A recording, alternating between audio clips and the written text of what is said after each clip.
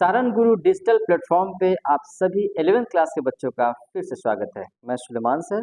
बच्चों, आज हम लोग बात करने वाले हैं जो आप लोगों का पाचन और श्वसन जो टॉपिक चल रहा था, जिसको हम लोग डाइजेशन एंड एब्जॉर्प्शन बोलते हैं, डाइजेस्टिव सिस्टम। तो उसमें बच्चों कुछ टॉपिक तो हम लोग बात कर लिए थे, पढ़ लिए थे। कहाँ तक पढ़ लिए थे? आगे तक हम लोग यहाँ तक देखे थे, लेकिन बस 2 मिनट में आप लोग थोड़ा सा रिकैप कर लीजिए। चलिए, यहाँ पे मैं लिख दे रहा हूँ। याद है बच्चों, पिछली क्लास में क्या मैं बताया था? पहला ही लाइन था आप लोगों का, food is one of the basic requirement of the all living organism. मतलब दुनिया के सभी लिविंग ऑर्गेनिज्म के लिए क्या था? फूड जो था बेसिक रिक्वायरमेंट था। क्यों था? तो वहां पे बच्चों में एक सवाल किया था आप लोगों से, क्योंकि क्वेश्चन पूछता है कि what is the purpose of nutrition. तो न्यूट्रिशन का पर्पस क्या होता है? तो याद है बच्चों ये वाली बात, ध्यान दीजिएगा लोग। किधर गया? यस, इसको मैं साइड कर लूं। तो किस चीज से फोकस करना है तो याद रखिएगा। अगर आप लोग बात करेंगे कि बहुत मोटा चल रहा है, तो आप लोग क्या करेंगे बच्चों? देखिए, एक तो आप लोग बात करेंगे बच्चों पर्पस ऑफ न्यूट्रिशन। तो याद कर लो इसको। पर्पस ऑफ न्यूट्रिशन में 3 बातें मैं बताया था। क्या था? पहला था बच्चों क्या? For obtaining energy, for obtaining energy, ऊर्जा प्राप्त करने के लिए। दूसरा क्या था? For growth and development of body, from growth and development किसका? Of the body. तीसरा क्या था बच्चों? याद रखिएगा, for repair of damage tissue. आपके बॉडी के अंदर बच्चों कोई भी मान लीजिए सेल या टिश्यू अगर डैमेज हो जाता है, तो जाहिर सी बात है ये 3 पर्पस हो गया। और याद कीजिए आप लोग, मैं क्या बताया था कि जो न्यूट्रिशन आप लोग ले रहे थे उसका मेन कंपोनेंट्स बच्चों क्या होता है? तो चलो यहाँ पे देख लो थोड़ा सा, इसको एक और चीज देख लो। यहाँ पे क्या था बच्चों? Components of food, components of food. Food का कंपोनेंट्स क्या क्या था बच्चों? तो उसमें याद है कि मैं बताया था, एक मैं बताया था मेन कंपोनेंट्स, आपके बॉडी का मेन कंपोनेंट्स क्या होता है। और दूसरा मैं बताया था कि ट्रेस क्वांटिटी में भी बच्चों, ट्रेस क्वांटिटी में कुछ न्यूट्रिशंस की जरूरत पड़ती है। तो क्या है वो? तो मेन कंपोनेंट्स बच्चों याद रखिएगा। ये कलर शायद अच्छा नहीं, डिप कलर लिया जाए ताकि दिखाई दे। तो कौन कौन सा था बच्चों? मैं बताया था मेन कंपोनेंट्स में आपका क्या था? तो कार्बोहाइड्रेट था, कार्बोहाइड्रेट था। इसके बाद क्या था? तो बच्चों प्रोटीन्स था। इसके बाद क्या था? तो फैट्स था। अच्छा, ट्रेस क्वांटिटी में तो बच्चों कुछ था ना जो कम मात्रा में हम लोग बॉडी की जरूरत पड़ती है, लेकिन उसकी जरूरत पड़ती है। तो वह क्या था बच्चों? तो उसमें आप लोग देख रहे थे ना, मिनरल्स और विटामिनरल्स था। इसके बाद बहुत सारे विटामिन भी था। ओके, तो ये बातें हो गई बच्चों, समझ गए आप लोग मेन पर्पस का क्या होता है। तो वो देख लिए। फूड कॉम्पोनेंट्स इतने एनसीईआरटी के बच्चों स्टार्टिंग का लाइन ही है, पैराग्राफ ही है वो, ठीक है। तो ये भी देख लीजिएगा कौन कौन से कॉम्पोनेंट्स। तो मेन कॉम्पोनेंट्स में कार्बोहाइड्रेट, प्रोटीन, फैट्स होता है।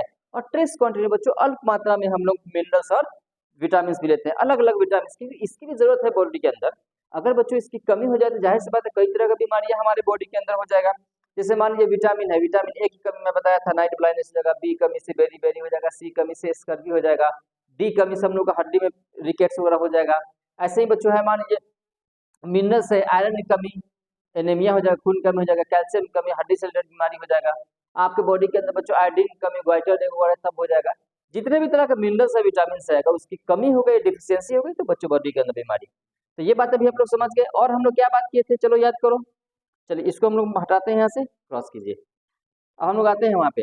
हाँ, और हम लोग बात किए थे यस आहार नल के बारे में बच्चों। आहार नल में बताया था ना, डाइजेस्टिव सिस्टम। तो मैं एक चार्ट क्रिएट किया था पिछले वीडियो में, शायद याद होगा, कि हम लोग का जो डाइजेस्टिव एलिमेंट्री जो कैनाल होता है बच्चों, starting from the mouth, interior mouth, मुंह से शुरू होता है, और इंड होता है बच्चों पोस्टेरियर एनस से बच्चों इंड होता है वहाँ पे। तो एक मैं चार्ट क्रिएट किया था आप लोगों का डाइजेस्टिव ट्रैक का, डाइजेस्टिव सिस्टम का। तो वो आप लोग देख लीजिएगा, ठीक है। वो चार्ट में देख लीजिएगा बच्चों किस तरीके से मुख होता है, माउथ होता है, इसके बाद firings, oesophagus, stomach, small intestine, उसका भी 3 पार्ट, डियोडेनम, जेजुनम और इलियम। फिगर में मैं उसको मैं बताया भी था, मैं सबका नाम भी लिख दिया था पिछले वीडियो में, आप लोग देखेंगे, ठीक है। अब इसके बाद ये सब भी बच्चों हो गया था, मैं बता दिया था कि 4 तरह का दांत आपके बॉडी के अंदर होता है, याद रखिएगा लोग। यहाँ पे देख लीजिए, आपके बॉडी के अंदर जो टीथ होता है बच्चों, वो टीथ कितने तरीके से होता है? 4 4 टाइप्स का बच्चों टीथ होता है, इसको ध्यान दीजिएगा। जैसे में यहाँ पे हम लोग देखेंगे एक होता है बच्चों हम लोग का डेंटल सिस्टम। तो डेंटल सिस्टम क्या होता है, तो याद रखिएगा 2 1 2 3 बाई 2 1 2 3 नीचे ऊपर दोनों से मल्टीप्लाई कर दीजिएगा बच्चों, निकल जाएगा। कैसा निकलेगा, देखो ये किसकी संख्या है, तो याद रखिएगा बच्चों ये जो संख्या है इंसीजर का संख्या है, ये किसका संख्या है, तो केनाइन का संख्या है। ये किसका है, तो प्री मोलर की संख्या है। और ये किसका है, तो बच्चों मोलर की संख्या है। क्योंकि 4 तरह का दांत बच्चों यहाँ पे देखिए, इंसीजर, केनाइन, प्री मोलर और मोलर, क्लियरली किताब में आप लोगों का दिया हुआ है। ठीक है, तो क्या समझे आप लोग, आई का मतलब होता है बच्चों क्या होता है, इसको हम लोग बोलते हैं इंसीजर, ये इंसीजर हो गया। सी का मतलब क्या होता है बच्चों, सी का मतलब हो गया केनाइन। पीएम का मतलब क्या होता है बच्चों, इसको हम लोग बोलते हैं प्री मोलर, प्री मोलर। और एम का मतलब क्या होता है बच्चों, इसका होता है मोलर। क्लियर, तो ये 4 तरह का बच्चों हेट्रोडंट हम लोग इसलिए बोलते हैं, 4 तरह का दांत हो गया हम लोग का। काम क्या होता है, चलो यहीं पे मैं काम भी बता दूं बच्चों। अगर मान लो तुमसे मैं बात करूं कि इंसीजर का काम क्या है, चलो इसका मैं उधर बताता हूँ। अगर मैं ये तुम लोगों से पूछूं कि इंसीजर का काम क्या है भाई, तो आप लोग कहेंगे, चलिए मैं कलर चेंज कर दे रहा हूँ यहाँ पे।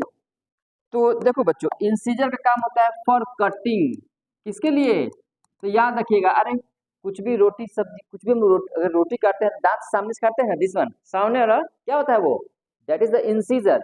अरे फ्रूट्स खाना है उसे हम लोग काट खाएंगे, कटिंग हो गया। ये जो होता है बच्चा टीयरिंग, फाड़ने के काम आता है, दिस वन।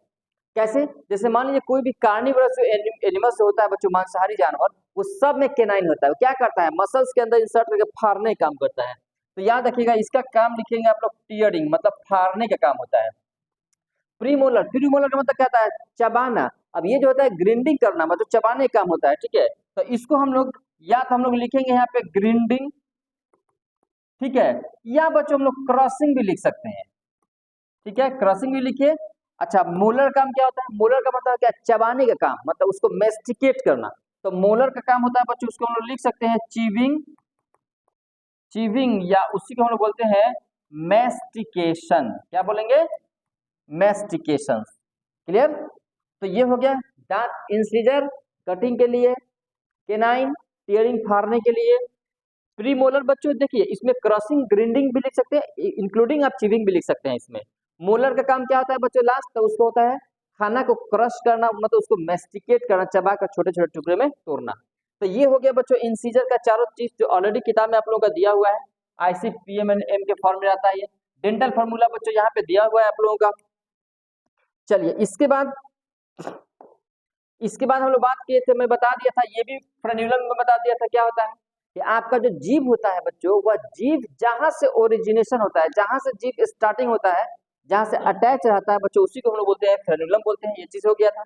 इसके बाद मुख गुहा की आधार में जुड़ी होती है, मैं ये हो गया था। इसके बाद पैपिला के बारे में बता दिया था। ये जो टर्म्स है बच्चों, ये क्या है पैपिला, आपके जीभ के ऊपर छोटा छोटा प्रोजेक्शन रहता है बच्चों, that is called the papilla. काम क्या होता है, तो इसका काम होता है बच्चों टेस्ट को डिटेक्ट करना, खट्टा है कि मीठा है कि तीता है कि कैसा है। तो वो क्या होता है बच्चों, वो टेस्ट को, इसलिए यहाँ पे स्वाद कलिकाएं के फॉर्म में होता है। क्या करता है वो, स्वाद कलिकाएं, मतलब खाना का टेस्ट को बताने का काम करता है वो। ठीक है, चलिए अब क्या होगा बच्चों, नेक्स्ट क्या कहता है, ये बातें हो गई। चलिए इसको लिख लीजिएगा लोग स्क्रीनशॉट लेकर। चलिए अब हम लोग आते हैं अगला पेज पे। क्या कहता है बच्चों यहाँ पे, कि मुख गुहा एक छोटी ग्रसनी में खुलती है। छोटी ग्रसनी में खुलती है मतलब क्या होता है, दिस वन फेरिंग्स में। माउथ से बच्चों खाना कहाँ जाता है, फेरिंग्स में।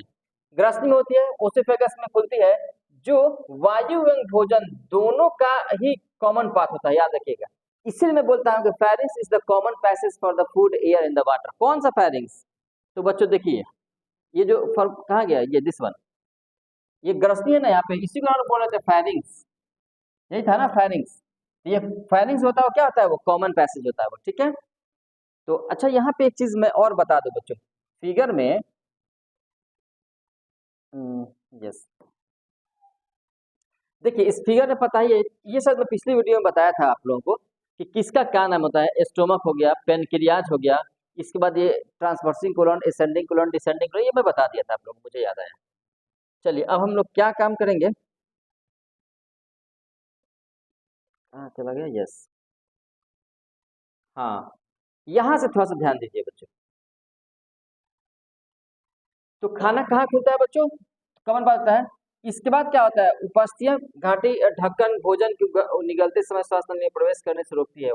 अब यहाँ पे देखिए बच्चों, एक होता है, यस इंपॉर्टेंट है, देखिए बच्चों, फेरिंग्स के बाद एक होता है बच्चों स्ट्रक्चर ग्लोटिस और इपीग्लोटिस। क्या है, थोड़ा सा इसको बहुत जरूरी है जानना आप लोगों को। एक होता है बच्चों इपीग्लोटिस, क्या बोलते हैं उसको, इसको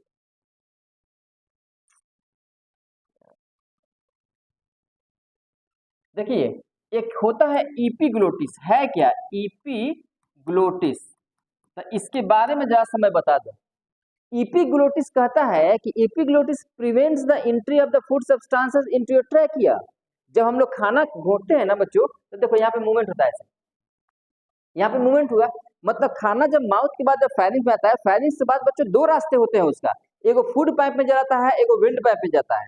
तो खाना तो बच्चों जाहिर सी बात है विंड पाइप के अंदर भी जा सकता है वो, लेकिन विंड पाइप में जो हम लोग का जो श्वास नली होता है ट्रैकिया, उसके अंदर खाना नहीं जाए, उसके लिए बच्चों इपीग्लोटिस एक कार्टिलेज का बना हुआ एक फ्लैप रहता है, वो बंद कर देता है ट्रैकिया को, ट्रैकिया को विंड पाइप को बंद कर देता है, और खाना ऊपर से फिसल के कहाँ चला जाता है, हम लोग को ओसोफेगस में चला जाता है। ठीक है, तो इस बारे में अगर आप लोग बात करें तो बच्चों देखो, शायद यहाँ पे तुम लोगों को दिखाया होगा, यहाँ पे खैर नहीं क्लियर दिखाया हुआ है, ये समझिए कि ये तो ओसोफेगस है, लेकिन ये जो है बच्चों याद रखिएगा, ये एक्चुअल में ट्रैकिया वाला है। ये क्या हो गया, ये ट्रैकिया वाला है। तो यहाँ पे क्या होता है, यहीं पे बच्चों एक कार्टिलेज का बना हुआ फ्लैप रहता है, वो क्या करता है, उसको बंद कर देता है। किताब में लिखा हुआ है कि epiglottis cover up the glottis to prevent the entry of food substances.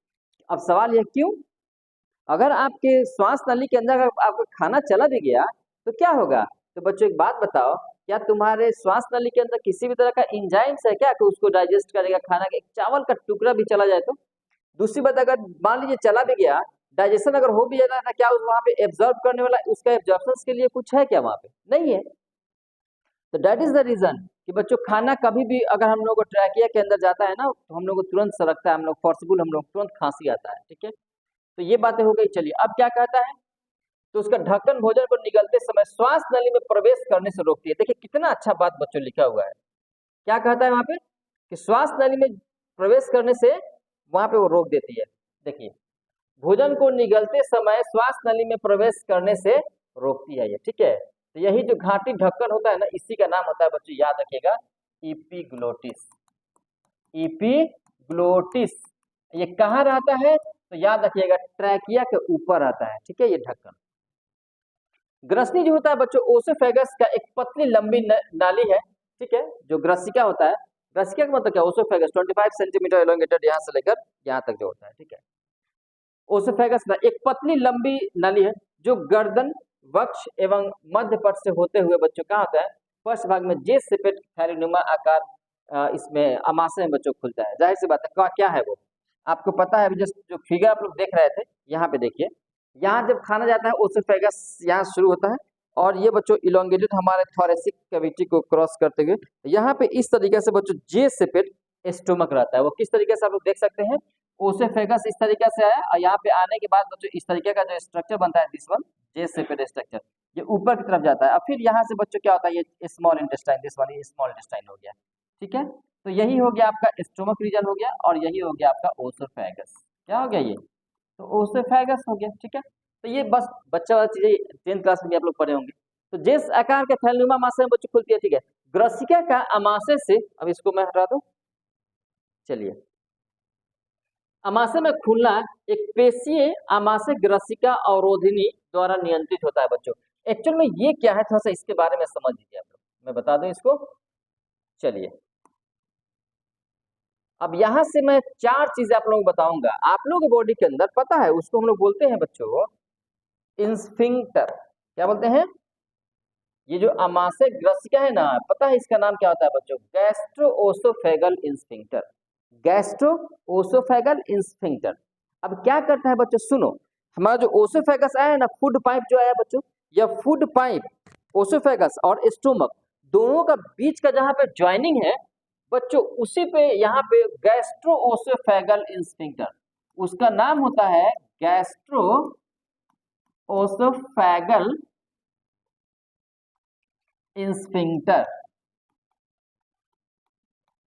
अब आप लोग कहेंगे, अरे एक पेशी मतलब ये अवरोधनी, अवरोधनी का मतलब होता है भाई इंस्फिंक्टर, इंस्फिंक्टर बोलते हैं अवरोधनी।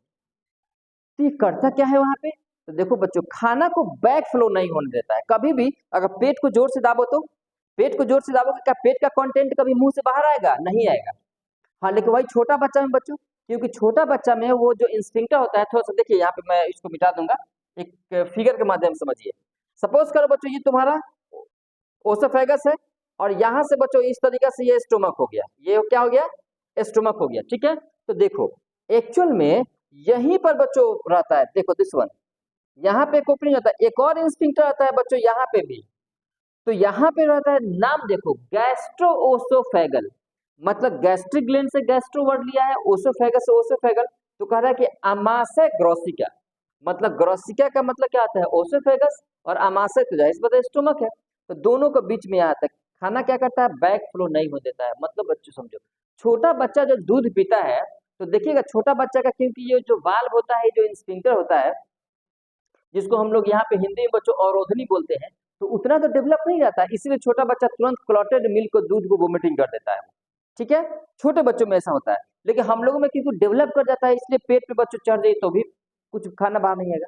लेकिन हाँ ऐसा नहीं है, हम लोग को वोमिटिंग वगैरह तो होता है ना बच्चों, वोमिटिंग तो होता है। अब वो अलग चीज है बच्चों, हमारे ब्रेन से कनेक्शन, ब्रेन के अंदर एक वोमिटिंग सेंटर होता है बच्चों, जो आप लोगों ने हिंड ब्रेन में पढ़ा होगा, मेडला ब्लॉगाटा पॉन्स का नाम सुना होगा। वहां पे वोमिटिंग सेंटर होता है, वो डिसाइड करता है कि स्टोमक के अंदर कुछ अनवांटेड चीजें हैं, डाइजेस्ट नहीं हो रहा है, उसको बॉडी से बाहर निकालना जरूरी है। तब जाके बच्चों हम लोग फीलिंग ऑफ वोमिटिंग, मतलब नौसिया वगैरह या जिम चलने के साथ साथ वोमिटिंग वगैरह सब होता है, उल्टी होता है, ठीक है। तो कंट्रोलिंग वहां से होता है। तो याद रखिएगा, एक तो इंस्फिंक्टर यहाँ पे हो गया कि स्टोमक का खाना आपके ओसोफेगस में बैकफ्लो नहीं होने दे रहा है, लेकिन स्टोमक के बाद खाना जब बच्चों आपके डियोडेनम में जा रहा है, मतलब first part of small intestine को हम लोग कह सकते हैं, तो पता है डियोडेनम में जब खाना जाता है ना स्टोमक से, वहां भी एगो स्फिंक्टर है जिसका नाम होता है बच्चों पाइलोरिक स्फिंक्टर। क्यों पाइलोरिक इसलिए नाम रखा गया, क्योंकि आपके स्टोमक का तीन पार्ट है, फंडिक पर्सन, पाइलोरिक पर्सन और कार्डियक पर्सन। तो पाइलोरिक रीजन के पास ही रहता है, इसलिए इसका नाम पाइलोरिक स्फिंक्टर है, आगे लिखा होगा वो, ठीक है। अब आइए, ये होता है अमाशय गुहा के ऊपरी बाएं भाग में बच्चों स्थित होता है। अमाशय कहाँ रहता है, तो गुहा के ऊपरी भाग में स्थित रहता है बच्चों। गुहा का मतलब क्या होता है, यही हो गया एब्डोमिनल कैविटी बच्चों, तो बाएं तरफ यही ना है, स्टोमक यहाँ पे है बच्चों, ठीक है। तो बाएं तरफ ये सिचुएटेड रहता है हम लोगों का। कह रहा है कि इसके बाद कहता है यह मुख्यतः तीन भागों में विभाजित रहता है। कौन कौन सा, एक तो बच्चों रहता है जठरागम रहता है, जठरागम भाग होता है जिसमें ग्रसिका खुलती है, जो स्टोमक में आप लोग मैं दिखा रहा हूँ अभी। एक फंडिक पर्सन होता है, और दूसरा बच्चों पाइलोरिक पर्सन, जिसको जठर निर्गमी उसको बोलते हैं, भाग जिसका छोटी आंत में बच्चों को खोलता है, निकास होता है वो, ठीक है। छोटी आंत के तीन भाग होते हैं बच्चों, एक सी आकार का होता है बच्चों ग्रहणी, जिसको बोलते हैं डियोडेनम। इसके बाद बच्चों जेजुनम भी होता है, और इसके बाद बच्चों लसा बहुत ही लंबा होता है, उसको बोलते हैं इलियम, ठीक है। तो तीन पार्ट यहाँ पे, डियोडेनम, जेजुनम और इलियम, अभी मैं फिगर से मैं दिखाऊंगा आप लोगों को, ठीक है। तो क्या कहता है, छोटी आंत के तीन पार्ट। अब हम लोग यहाँ पे लिख सकते हैं बच्चों, इसको कलर चेंज कीजिए, हम लोग यहाँ पे लिखेंगे कि जो स्मॉल इंटेस्टाइन होता है, स्मॉल इंटेस्टाइन के कितने पार्ट, तो तीन पार्ट। एक हो गया बच्चों डियोडेनम, दूसरा क्या हो गया तो जेजुनम हो गया, और तीसरा क्या हो गया बच्चों तो इलियम हो गया, ठीक है। ये तीन पार्ट हो गया, उसका इंग्लिश का नाम मैं लिख दिया, हिंदी का नाम यहाँ पे दिया हुआ है। अमाशय का ग्रहणी में कहते हैं कि निकास जठर निर्गम अवरोधनी द्वारा नियंत्रित होता है।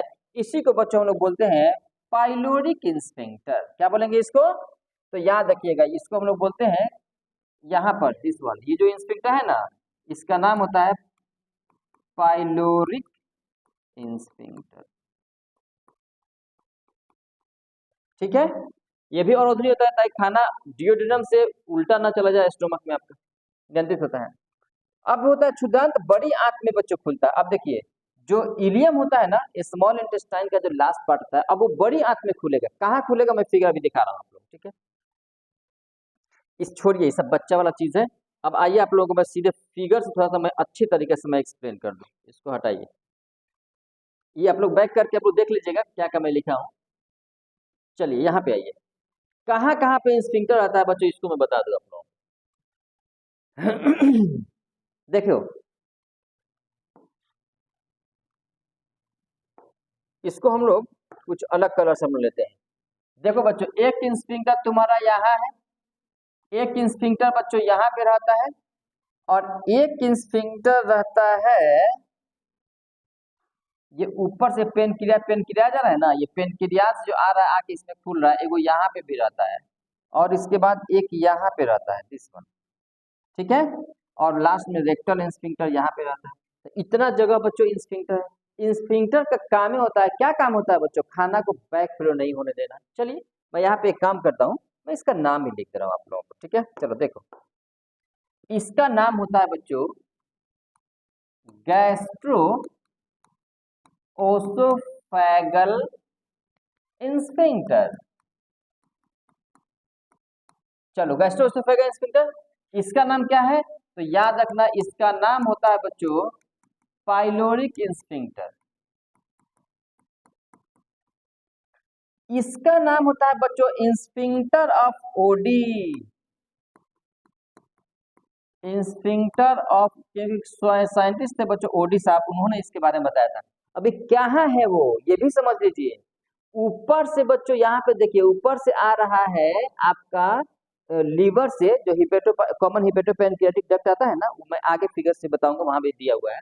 तो ऊपर से जो आपके लीवर और गोल ब्लैडर से जो बाइल आता है बच्चों, वह बाइल आने के बाद कहाँ मिलता है? तो इधर से पेनक्रियास का जो डक्ट आता है, जो आपके डियोडेनम में खुलता है, वो दोनों एक साथ मिलकर वहां पे खुलता है, इसका कॉमन हिपेटोपैनक्रियाटिक डक्ट बोलते हैं। तो उसी के ओपनिंग को भी बच्चों, ऐसे थोड़े है कि हमेशा आपके डियोडेनम के अंदर बच्चों बाइल जाता रहेगा, हमेशा पेनक्रियाटिक जूस, पेनक्रियास से निकलने वाला जो रस होता है बच्चों हमेशा जाता रहेगा उसमें, ऐसा नहीं होता है, ठीक है। तो बच्चों वो रुक रुक के जाता है, कंट्रोल करके जाता है बच्चों, वहां पे वाल्व लगा रहता है, तो वो उसी को हम लोग वाल्व का बच्चों हम लोग नाम मैं बता रहा हूँ। एक इंस्टिंक्ट क्या होता है बच्चों कि खाना जब छोटी आंत से बड़ी आंत में चला जाए, तो खाना आपके बड़ी आंत से छोटी आंत में रिटर्न ना हो जाए, बैकफ्लो ना हो जाए खाना का, उसके लिए यहाँ पे बच्चों एक वाल्व होता है जिसका नाम होता है इलियोकेकल वाल्व। इलियोकेकल स्फिंक्टर कहिए या वाल्व कहिए। अब आप लोग कहेंगे ये कैसा नाम है? कैसा नाम नहीं है। स्मॉल इंटेस्टाइन का 3 पार्ट होता है ना, डियोडेनम, जेजुनम और इलियम। तो इलियम से इलियो वर्ड लिया है, और लार्ज इंटेस्टाइन का पार्ट में बताया था केकम, और अपेंडिक्स भी था, फिर कोलोन में बताया था, लेकिन केकम था ना, तो केकम यही रीजन है। तो इलियो केकल दोनों को मिला दिया, इलियो केकल। जैसे यहाँ पे देख रहे हो गैस्ट्रो ओसोफेगल, मतलब गैस्ट्रिक वर्ड स्टोमक से लिया है, ओसोफेगल से वो लिया है। यहाँ पे देख रहे हो पाइलोरिक स्फिंक्टर का है, क्योंकि पाइलोरिक रीजन में है, तो सब बच्चों रिलेटेड है, इसलिए इलियो केकल वाल्व। और यहाँ पे क्या होता है बच्चों? मलाशय, मलाशय उसको हम बोलते हैं रेक्टम, तो यहाँ पे इसको हम लोग रेक्टल स्फिंक्टर बोलते हैं, रेक्टल स्फिंक्टर, या कुछ भी कहिए, वाल्व भी कह सकते हैं। कहीं कहीं पे एनल स्फिंक्टर बच्चों लिखा रहता है, तो ये बातें भी हो गई। चलिए आप लोग स्फिंक्टर तो सब समझ गए, अलग अलग जगह पे बच्चों कौन कौन सा डिफरेंट स्फिंक्टर होता है ये भी क्लियर हो गया। चलिए अब हम लोग आते हैं नेक्स्ट पेज पे, ये भी क्लियर हो गया। चलिए नेक्स्ट नेक्स्ट कहाँ चला गया? यस, यही सारी बातें बच्चों यहाँ पे आप लोग देखेंगे जो लिखा हुआ है, ठीक है। और इसके बाद आते हैं थोड़ा सा, हाँ, टीथ के बारे में जो फिगर बच्चों, अच्छा अभी जो मैं बता रहा था ना,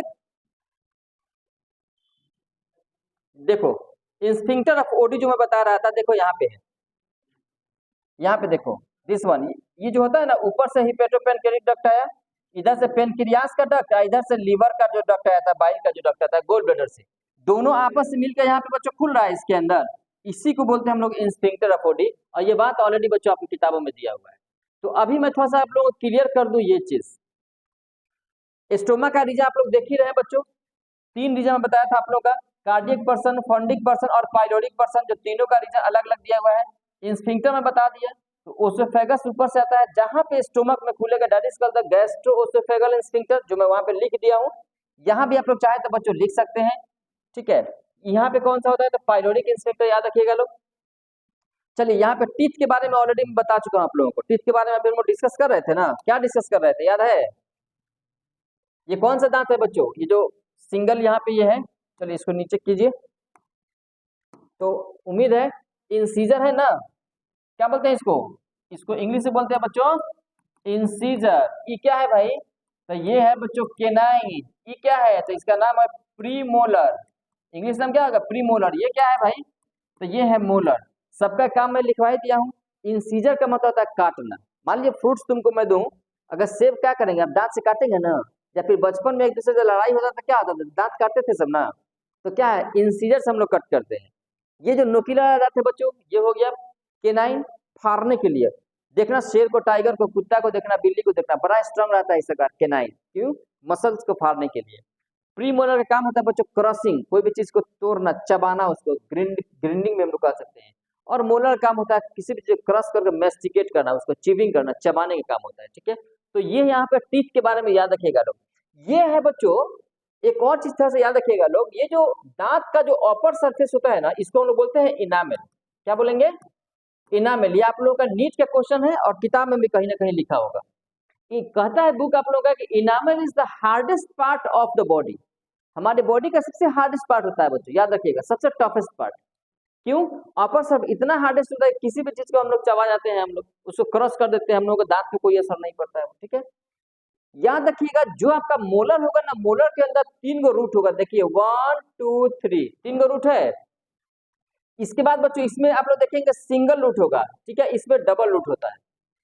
तो अलग अलग जो आप लोगों का जो 4 तरह का जो दांत है, जिसको हम लोग हेट्रोडंट के नाम से भी जानते हैं, इंसीजर, प्रीमोलर्स, केनाइन हो गया और मोलर हो गया, तो उसका रूट जो होगा बच्चों अलग अलग तरीके, इसी को तो विजडम टीथ बोलते हैं। सबसे लास्ट बच्चों ये निकलता है, ये वाला सबसे लास्ट में ये जब निकलता है ना, तो ये हम बहुत सारे लोगों का औरत हो या मर्द, कोई भी हो, बॉयज या गर्ल्स, शादी के बाद भी निकलता है। बहुत लोगों की शादी हो जाती है, उसका दांत निकल रहा है, उसके बच्चे का भी दांत निकल रहा है, ठीक है। तो ये बहुत लोगों के साथ होता है। बहुत सारी लड़कियां हैं, मान लीजिए 22 साल में शादी हो गई उसकी, लेकिन विजडम टीथ अभी निकला ही नहीं है। 23-24 साल में उसका बच्चा हुआ, अब उसका बच्चा का भी दांत निकल रहा है, इसके माँ का भी दांत निकल रहा है।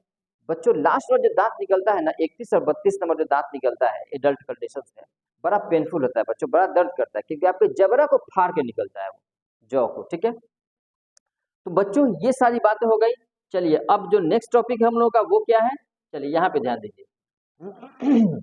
नेक्स्ट टॉपिक है, यहां से हम लोग बात करेंगे आहार नाल के दीवार के बारे में बच्चों, ठीक है। अब ये जो आहार नाल का जो दीवार होगा यहाँ पे, सीरोसा, मस्कुलरिस, सब म्यूकोसा और म्यूकोसा ल्यूमेन क्या है, अब इसके बारे में यहाँ से देखिए पैराग्राफ, कहाँ किधर चला गया, यस दिस वन। अब ये पैराग्राफ बच्चों आज के लिए नहीं, अब नेक्स्ट वीडियो के लिए रहा।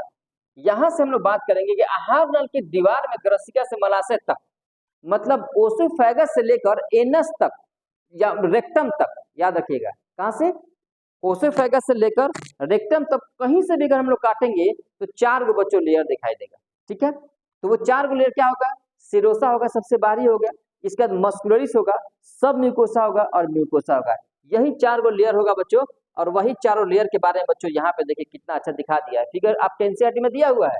सबसे आउटर मोस्ट को हम लोग बोलते हैं सिरोसा, इसके बाद सब मस्कुलरिस, मस्कुलरिस हो गया, म्यूकोसा हो गया, और सबसे अंदर में जो खाना पास करता है उसको हम लोग बोलते हैं ल्यूमेन, ठीक है।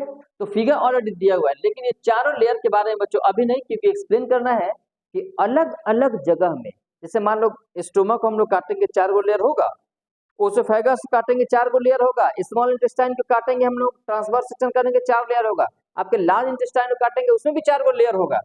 लेकिन अलग अलग जगह पे बच्चों अलग अलग लेयर के अंदर अलग अलग चीजें होती है। कहीं पे बच्चों गैस्ट्रिक ग्लैंड है, कहीं पे इंटेस्टाइनल ग्लैंड है, कहीं पे म्यूकोजल एपिथेलियल टिश्यू है। तो सबका एक पार्टिकुलर रोल है, सबका बच्चों एक पार्टिकुलर फंक्शन होता है, ठीक है। तो ये सब चीज के बारे में बच्चों हम लोग बात करेंगे इस वीडियो में नहीं, नेक्स्ट वीडियो में, ठीक है, क्योंकि हॉस्पिटल हो जाएगा और ज्यादा लंबा ये वीडियो हो जाएगा।